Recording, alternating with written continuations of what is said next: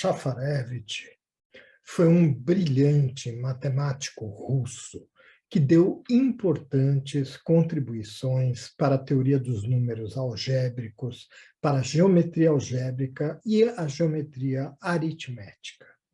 Foi também um importante dissidente do regime soviético e escreveu um livro extraordinário sobre o socialismo, intitulado O Fenômeno Socialista, cuja primeira edição, em russo e francês, saiu em 1975 e foi traduzida para o inglês em 1980. É um ensaio originalíssimo sobre o tema e é difícil entender porque foi praticamente esquecido após sua publicação. Nele, o autor faz constatações históricas muito interessantes e levanta hipóteses antropológicas e filosóficas que merecem atenção, pois podem fazer avançar o conhecimento sobre o socialismo enquanto ideologia e regime político, que continua a assaltar o mundo atual de modo cada vez mais devastador.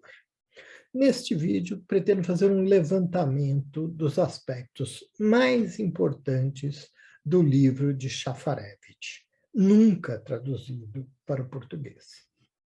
O autor começa definindo o socialismo, termo que tem um duplo significado.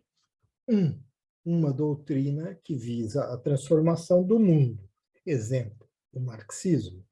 2, uma estrutura social e regime político existente no tempo ou na história, exemplo, a União Soviética. O marxismo visa a tomada do poder, mas o sistema de Estado por ele estabelecido é definido e desenhado pela necessidade de manutenção do poder. São duas tarefas diferentes e, portanto, a teoria oficial e a implementação real não têm muita coisa em comum. Ou seja, como diz o velho dito popular, na prática a teoria é outra. Historicamente, houve várias doutrinas que rejeitavam completamente o mundo e pregavam sua destruição para dar lugar a uma sociedade nova, justa e feliz, em que todos os problemas humanos seriam resolvidos. Shafarevich chama essas doutrinas de socialismo quiliástico, por analogia com as seitas religiosas quiliastas ou milenaristas que apregoavam a segunda vinda de Cristo e a instauração do reino de Deus na Terra. A seguir, ele mostra o exemplo mais antigo de uma doutrina que propõe um regime político que asseguraria o bem de uma nova sociedade. O diálogo A República, de Platão. Nesse diálogo, o filósofo apresenta um modelo de sociedade perfeita, cujos traços essenciais são a abolição da propriedade privada e, B, a extinção da família. Isso implementaria a harmonia social, extinguindo os conflitos de ordem material, bem como os de origem sexual e familiar, pois as mulheres pertenceriam a todos os homens e vice-versa. Os filhos seriam educados pelo Estado e não conheceriam seus pais, de modo a desenvolver sua lealdade para com a sociedade e não para com a família. Mais detalhes sobre a sociedade perfeita de Platão são muito fáceis de encontrar nas bibliotecas e na internet. O que conta mesmo para o argumento de Shafarevich são os traços essenciais assinalados: a abolição da propriedade privada e da família. Doutrinas que se enquadram no conceito de socialismo quiliástico aparecem também em vários outros textos da Antiguidade e da Idade Moderna. Shafarevich cita vários títulos e resume as obras, encontrando sempre os mesmos traços essenciais: abolição da propriedade privada e da família. Limito-me a citar dois livros escritos no Renascimento que se tornaram clássicos: Utopia, de Thomas Moros, e A Cidade do Sol, de Tommaso Campanella. Ambos descrevem sociedades com os traços essenciais do socialismo. Contudo, é mais interessante assinalar o surgimento de seitas quiliásticas que se desenvolveram a partir da expansão do cristianismo. Trata-se das heresias, que se tornaram uma espécie de contrapartida do magistério da Igreja e de sua interpretação das Sagradas Escrituras. Shafarevich faz uma extensa relação das heresias.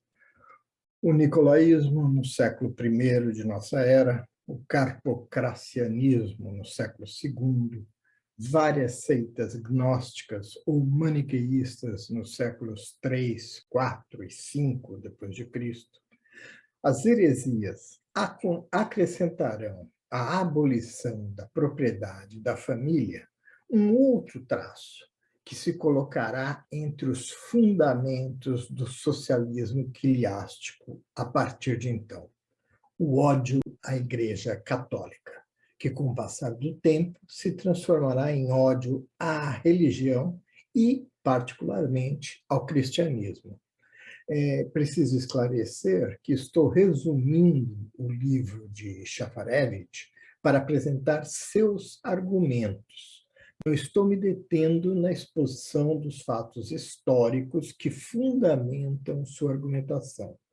Para isso, só posso remeter o espectador à leitura de O Fenômeno Socialista, pois lá você vai ver que, de qualquer modo, as afirmações de Shafarevich são sempre comprovadas pela apresentação exaustiva de fatos e de documentos. O autor se detém minuciosamente nas heresias medievais que rejeitavam o ensino da Igreja e apregoavam, em maior ou menor grau, ou sob formas revestidas de cunho religioso, os traços essenciais do socialismo: a abolição da propriedade privada e da família, além do ódio à Igreja, que surge especificamente nesse período, como já dissemos. É o caso do catarismo, que se espalhou pela Europa ocidental e central do século XI e que motivou uma reação de força da Igreja, a cruzada albigense ou cruzada contra os cátaros. A historiografia moderna costuma acentuar a violência da Igreja contra os hereges, sem mencionar a violência dos hereges contra a Igreja. Eram frequentes a destruição dos templos católicos, as depredações de altares e imagens, os assassinatos de padres e bispos. Há uma sanha destrutiva nas seitas heréticas que também vai se enraizar nas doutrinas e nas práticas socialistas. Segundo Shafarevich, a penetração social das heresias medievais pode mesmo ter aberto o caminho para a reforma protestante, pela difusão das ideias contrárias à Igreja. Houve, inclusive, seitas heréticas cujas ideias eram próximas ao protestantismo, como os valdenses e os anabatistas. Além disso, é importante considerar com mais atenção o papel histórico de heresias e o enraizamento social de suas ideias que perduraram 15 séculos a despeito de serem combatidas pela Igreja dominante e pelas autoridades seculares. Nesse sentido, o livro de Shafarevich aponta para uma possível lacuna nos estudos históricos.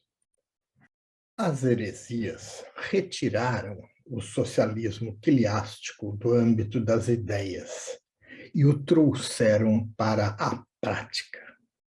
Ao lado do ódio ao cristianismo, incrementaram o caráter intolerante e destrutivo dos movimentos heréticos, devido à sua necessidade de recriar o mundo ou fazer surgir um mundo novo das cinzas do velho.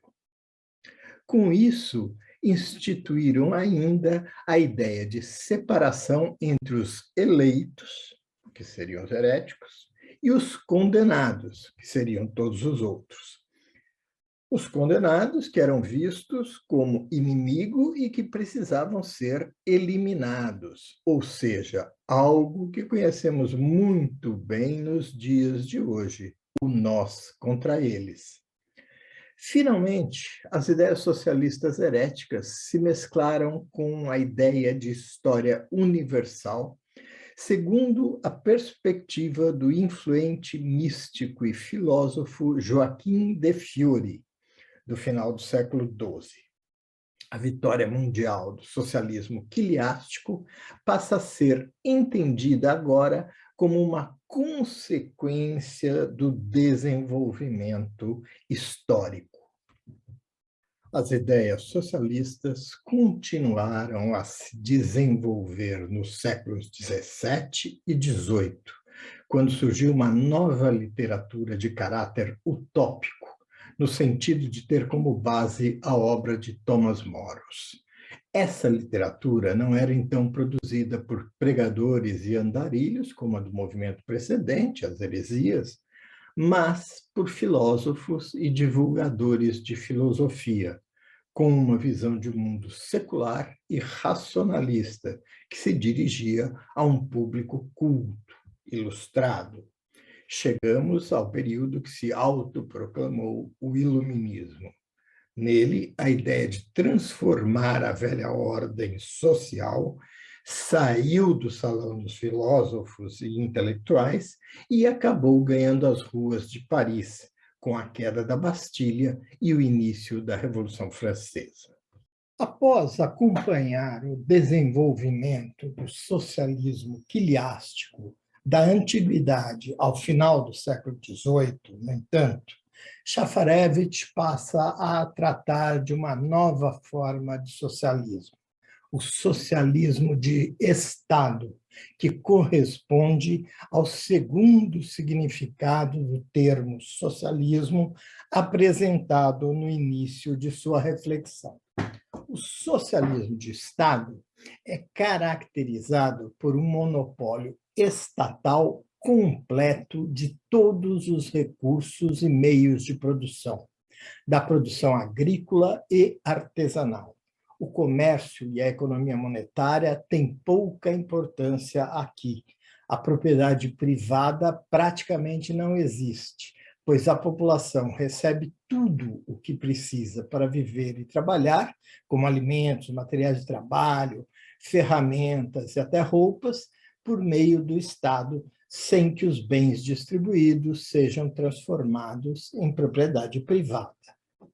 Shafarevich, no entanto, não está tratando da União Soviética nem da China, os dois grandes exemplos contemporâneos do socialismo de Estado, mas de civilizações da antiguidade, como as da Mesopotâmia, o Egito ou ainda o Império Inca, conhecido na Era das Grandes Navegações, ou ainda as missões jesuíticas na América do Sul, no Paraguai, principalmente, que é o foco dele.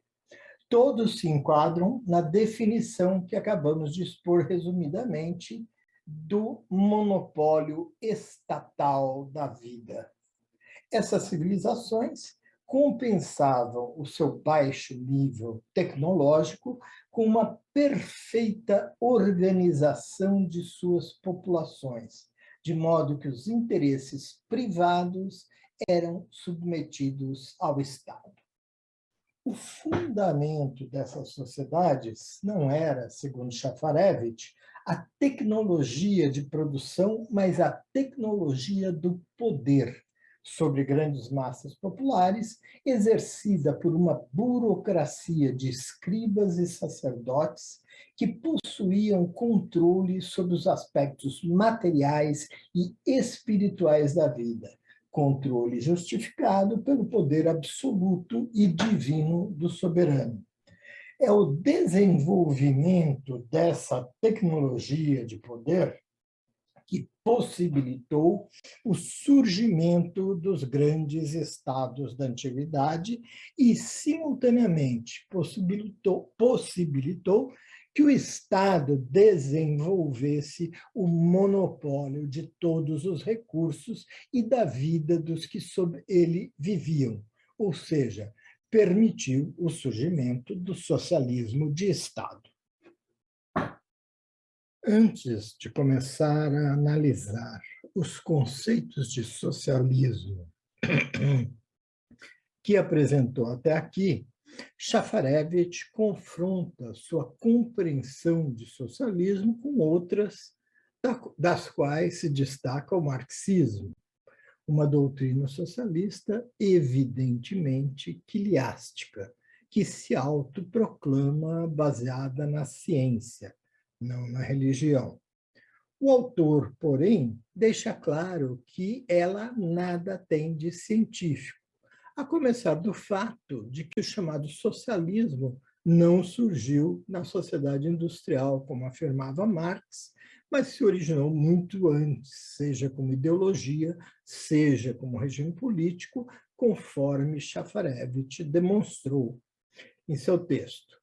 Além disso, implantou-se primeiramente o socialismo marxista-leninista, implantou-se primeiramente na Rússia, um país não industrializado, mais uma vez negando as previsões científicas de Marx.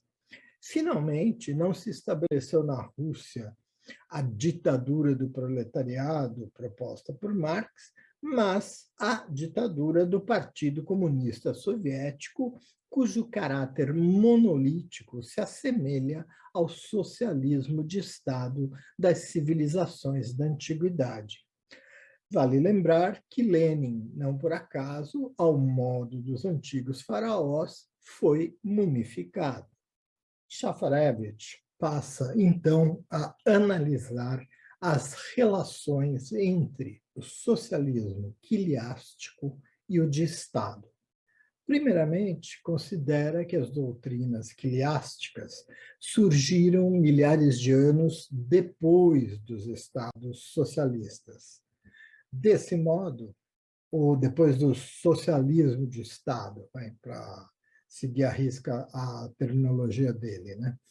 Desse modo, as doutrinas do socialismo cliástico não poderiam ser consideradas como uma previsão, seja mística ou científica, de um futuro sistema social.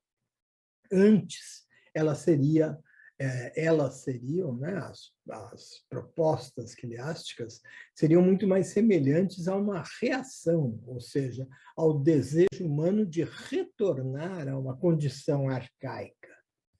No entanto, essa reação não visa simplesmente restaurar o que era, pois a teoria quiliástica vai muito além da prática dos primeiros estados socialistas. E o socialismo quiliástico, com seu discurso radical, vai ter um papel importantíssimo nos estados socialistas contemporâneos. Shafarevich dá como exemplo as transformações radicais impostas pelo Estado no período que sucedeu a Guerra Civil na Rússia, né, o Estado soviético. No período que sucedeu a Guerra Civil na Rússia, seja com Lenin, seja com Stalin, animadas, né, essas políticas pela retórica da criação de uma nova pátria, de um novo homem, o homem socialista. O que explica a radicalidade do socialismo quileástico frente ao socialismo de Estado? Shafarevich recorre aqui ao conceito de era axial, formulado pelo filósofo Karl Jaspers.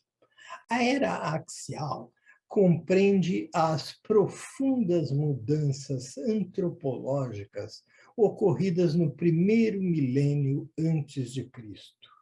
Durante os 2 milênios anteriores, a principal força que influenciou o desenvolvimento da história foram os poderosos estados organizados à maneira do despotismo oriental, com populações inteiras sob controle burocrático do Estado, permitindo-lhes empreender gigantescos projetos de construção e colocar em campo enormes exércitos.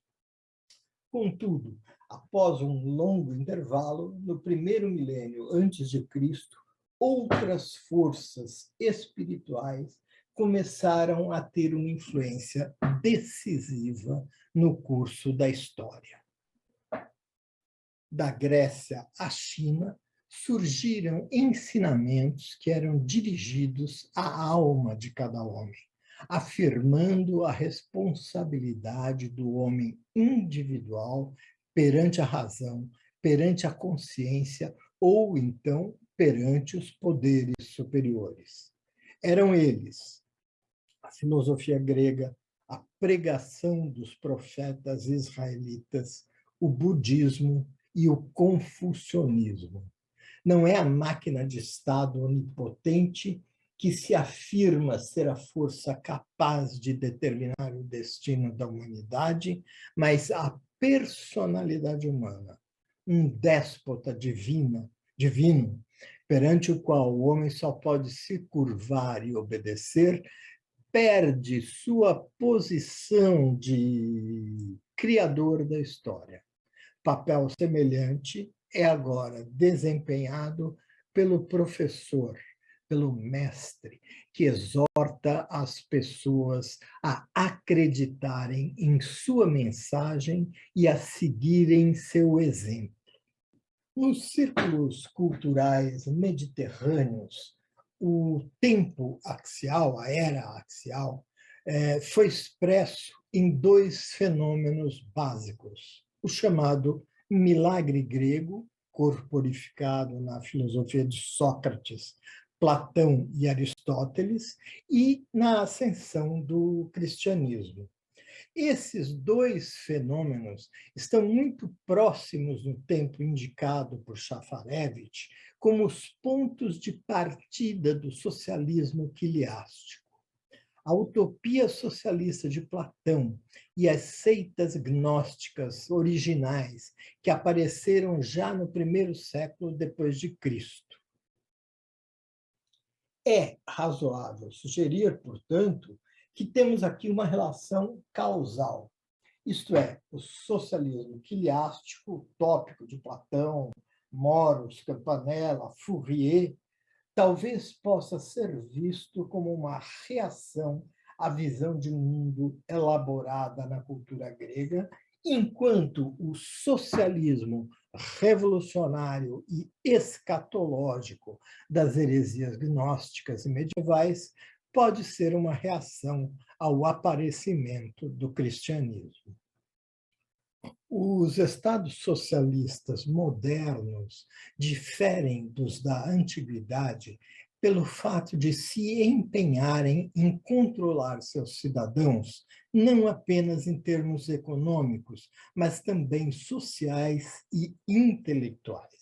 A característica distintiva dos estados socialistas do século XX e XXI é sua dependência de uma ideologia quileástica que foi elaborada e forjada ao longo de milhares de anos, ainda que venha revestida por uma retórica contemporânea. Isso é exatamente o que faltava aos déspotas orientais e o que os impediu de reter o poder sobre o mundo na atmosfera espiritual criada pela era axial. Nos Estados socialistas contemporâneos, a ideologia quiliástica, é fundamental. Vide, por exemplo, a retórica do comunismo de guerra, surgida em 1922, quando a Guerra Civil Russa já tinha terminado. Essa retórica era empregada para justificar as transformações radicais impostas pelo Partido Comunista da União Soviética, como as nacionalizações das indústrias, a coletivização da agricultura, as fazendas estatais e comunais, o trabalho compulsório, a militarização do trabalho, etc. Shafarevich avança agora em sua análise do socialismo, mostrando que, por trás das ideias de abolição da propriedade privada e da família, está a ideia de estabelecer a igualdade entre os homens, uma vez que a crítica do socialismo quiliástico, em todos os tempos, aponta a desigualdade como a principal fonte da infelicidade e dos conflitos humanos. Mas o que precisamente é esse conceito de igualdade do socialismo? Não é a igualdade de direitos e nem sequer a igualdade de oportunidades. Segundo Shafarevich, essa igualdade é a identidade, a abolição das diferenças de comportamento e do mundo interior dos indivíduos que constituem a sociedade. O socialismo contemporâneo proclama a maior igualdade possível, a destruição da hierarquia na sociedade, mas, ao mesmo tempo, sua organização estrita de toda a vida seria impossível sem controle absoluto e uma burocracia toda poderosa, o que engendraria uma desigualdade. Estamos, portanto, diante de uma contradição.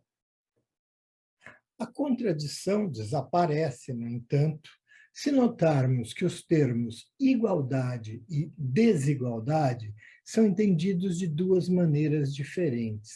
A igualdade proclamada na ideologia socialista significa identidade das individualidades. A hierarquia contra a qual a doutrina luta é uma hierarquia baseada em qualidades individuais, origem, riqueza, educação, talento e autoridade. Mas isso não contraria o estabelecimento de uma hierarquia de indivíduos internamente idênticos que apenas ocupam posições diferentes na máquina social, assim como partes idênticas podem ter funções diferentes em um mecanismo. A analogia entre o ideal socialista de sociedade e a máquina, ela certamente não é nova. Talvez esteja um pouco esquecida. Nos anos 70, era bastante presente na mentalidade de todo o mundo ocidental. Pois bem, Stalin, certa vez, expressou seu ideal social chamando os habitantes do estado governado por ele de porcas e parafusos, e lhes propôs um brinde. A propaganda chinesa dos anos 60 glorificava o herói Lei Feng, que escreveu em seu diário sobre seu desejo de ser abre aspas, uma engrenagem de aço inoxidável, fecha aspas, do presidente Mao. As considerações precedentes levam Shafarevich a concluir que pelo menos 3 componentes do ideal socialista, a abolição da propriedade privada, a abolição da família e a igualdade socialista podem ser deduzidos de um único princípio: a supressão da individualidade, a aniquilação do indivíduo. Ao abolir a família, a propriedade e a hierarquia, o igualitarismo socialista dilacera o tecido de uma sociedade orgânica e priva o indivíduo da proteção contra as invasões de um Estado totalitário. Proteção que somente uma comunidade baseada na superposição gradativa de responsabilidades, competências, jurisdições e autoridades, partindo do indivíduo e avançando para agrupamentos sociais cada vez mais abrangentes, até a instituição do Estado. Em tal sociedade hierarquicamente estruturada, devido à descentralização de poderes e à complexa pluralidade de autoridades, é possível proteger o indivíduo das imposições de um Estado central onipotente. Bom, chego ao fim desse vídeo um pouco frustrado, pois buscando estabelecer a linearidade lógica do argumento de Shafarevich de uma maneira sintética, inevitavelmente perdi diversos elementos que derivam do argumento central, mas que nem por isso deveriam ser considerados secundários. Apenas um exemplo. Shafarevich faz um levantamento das consequências psicológicas da abolição da família e da criação das crianças pelo Estado, embora nenhum regime socialista tenha conseguido implementar integralmente essa meta.